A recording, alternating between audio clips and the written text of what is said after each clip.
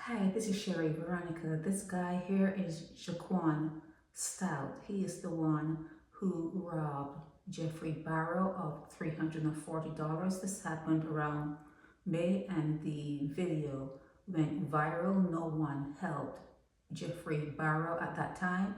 He's now getting the help he needs and people are surrounding him and he's very upbeat with all of the love and care he's feeling from his neighbors. But let's talk about Jaquan Stoute. Who is his mother? Who is his father?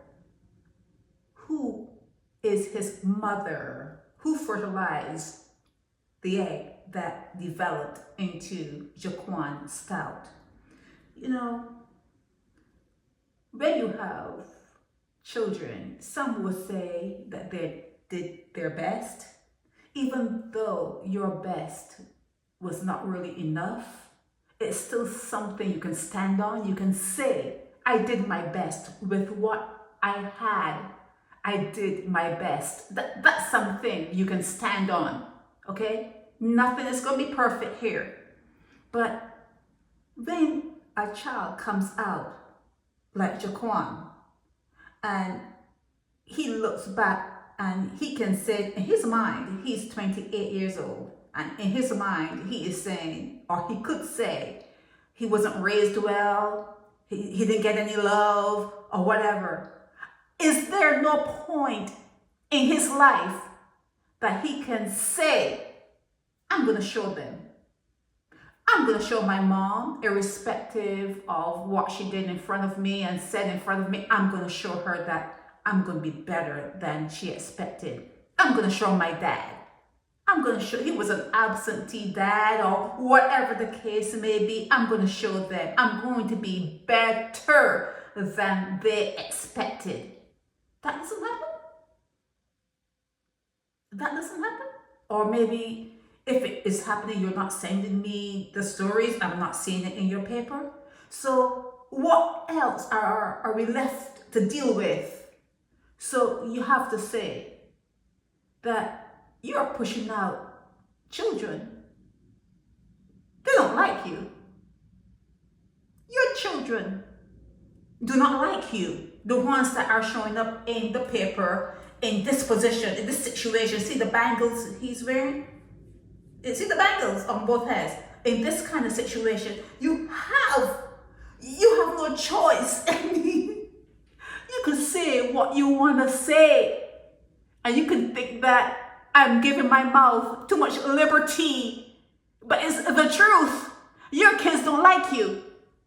Your kids, they do not like you. Because whereas back in the day, when you're getting into little trouble, you are afraid. Your heart is in your mouth.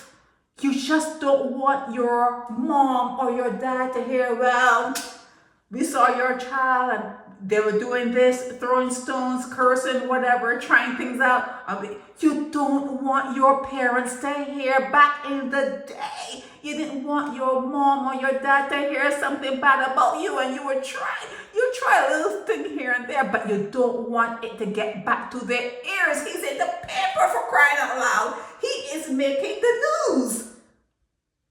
He's making the news. And what he did was horrendous. What he did is unpardonable. You talk about forgiveness? You talk about forgiving people? You only forgive them when they're dead. You only forgive dead people. That's the only people you should forgive. They're dead? Oh, okay, they're dead and gone now. Okay, I can move on to the next one who messed me up in another way or whatever. Hopefully you don't have many people that you really dislike. Hopefully that there are not many you do dislike, because if it happens to you one time, you close up shop. It should, you know they say, once injured, what is it? Once something, twice shy. Once bitten, twice shy. You know, once bitten, twice shy. Don't fall that bullshit. When it happens, once you're bitten once, it can happen again. It should not happen again. Okay? Stop with your nonsense. Stop with your nonsense and upgrade your brain, upgrade your head, what's going on in your head. Upgrade yourself. Okay? You're doing a lot of nonsense and you're forgiving and you're forgetting a lot of nonsense. You cannot forgive people when they go against you in certain ways. The only time there's forgiveness is when that person is dead. So I would love to talk to Jeffrey Barrow and hear him talking about forgiving this guy and that kind of stuff. You guys are crazy. Okay? So who is his mom? Getting back to that. And who is his dad, and why does he have such a hatred for them? He hates his mother.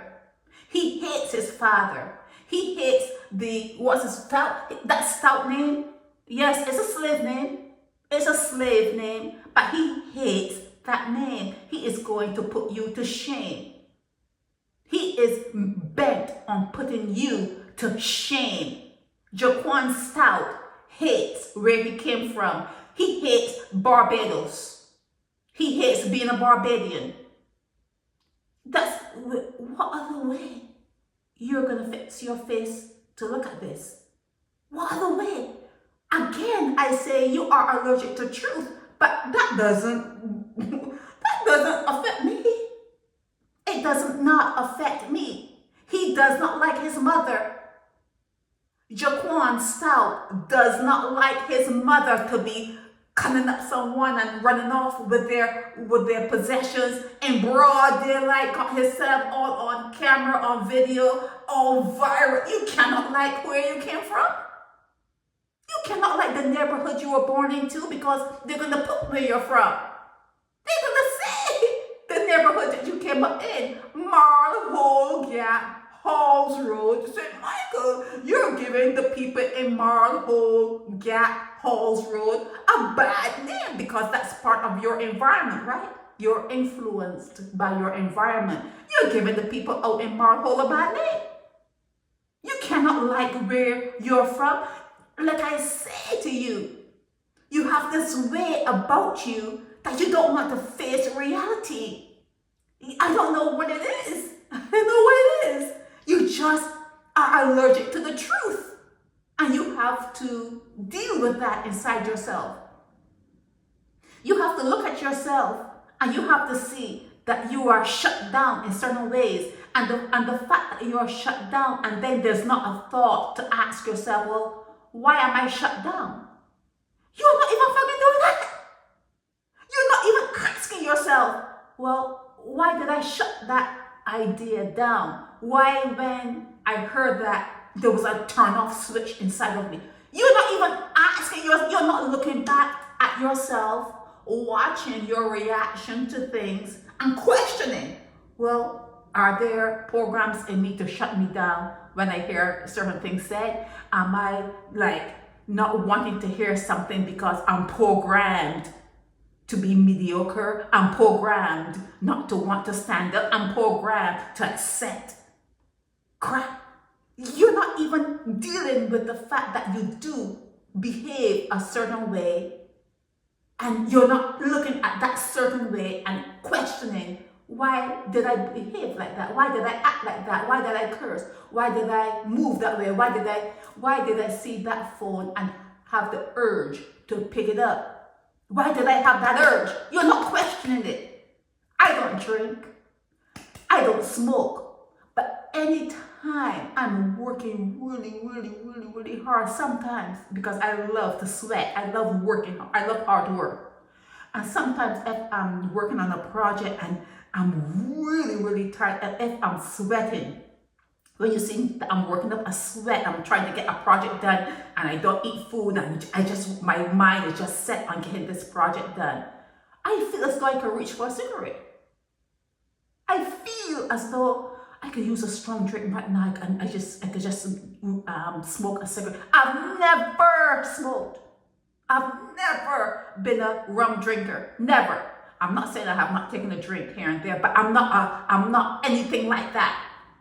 I'm not anything like that. But when I am in certain situations, I feel as though I can reach for a cigarette. And I question that. I know it's DNA. My father was a chain smoker. I know it's the DNA inside of me. But you have to question things. Why did I think about reaching for a cigarette when I don't smoke? And then when something else comes on board, you question, where did that thought come from? I'm here just watching the show, or I'm here just sitting on the beach, and something popped into my mind. Where did that come from? Where did that thought come from? You're not doing that. You're not questioning your thoughts. You're not questioning why you don't act. You're not questioning why you act in a certain way. You're not questioning yourself at all. You don't question yourself at all and figure out, well, the DNA, do I need to fix it? Do I need to try to modify certain behaviors? You don't question nothing. You just go on acting a certain way, and you're just like good with it. You're just good with it. I'm telling you, being allergic to the truth is not going to get you far. Being allergic to truths, that's not going to get you far. Okay, it's a downward slide for you. It's a downward slide. And what do you teach your kids? To be on that downward slide. That every time they hear something and it may go against that DNA setting, the DNA setting within you, you locked up, and you're not asking your kids, yeah, did you see how you locked up on that? Did you see when you heard that? How you just like your whole countenance you went inward. You pulled inward. Work on that. You're not even telling your kids that. Work on that. Pull yourself up. Speak. Enunciate. If you want to go to counseling, maybe we need to, instead of buying the rum and instead of going to all those facts, we need to save some money so you can go and sit and talk to a counselor or a therapist or whatever. You guys are not dealing with shit. He doesn't like his mother. He doesn't like his father. And I'm here to tell you that. Jaquan Stoute does not like himself. He does not like the hole he came out of. He does not like the sperminator, the one that, fertilized the egg. He doesn't like none of y'all. He doesn't like no one in the neighborhood. Okay, I'm just here to tell you that. Until you can accept that, you're never going to change. You're not going to change. You're not going to change. You have to accept reality. He is here. He is here as a player. He is here as an actor. He is there as an actor it's a movie. It's a role he's playing, and they're all characters in the movie. He's a character. This is someone there's on the step. They're a character in the movie, and his role is to tell you need to switch up. You need to change the way you're raising your kids. You need to change the way you're thinking. You need to change the structure and the dynamics of your household. You need to change, because if you don't, I'm here as an actor to tell you, I don't like you. I don't like this place. I'm going to make you shame. That's what he's here to do. That's what Jaquan Stoute is here to do, to make you shame. Sometimes if you don't want to look at it and take it too personally, look at it like that. He's here to show you up. He's here to show you up. He doesn't like his mother. He doesn't like his father. Who is his mother? Who is his father? Who are they? Who are they? And whoever they are, you could talk about friends, and he could probably blame it on drugs. You could put the blame. You could have all kinds of crutches. It's a crutch. Everybody wants to lean on a crutch. He could lean on all sorts of crutches. But what he did that fateful day showed that he was not raised well. Showed that he was not raised well, because you can act out. There are a lot of ways to act out. But he's showing his mother, he is showing his father, and he's showing the environment that he was raised in, that you're no good. You're no good. You're no good. Okay? That's what he's showing you. So it's time that you look back on yourselves. It's time for you to stop having that allergic reaction to the truth.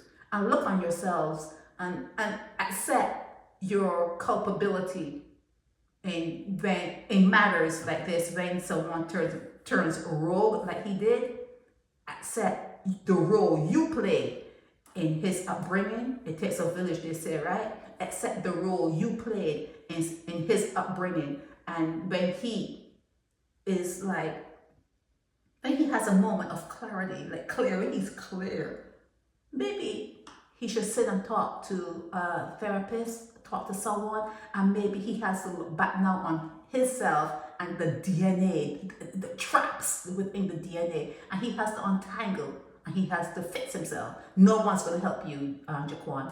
Jaquan, I'm here. No one is going to help you. No one.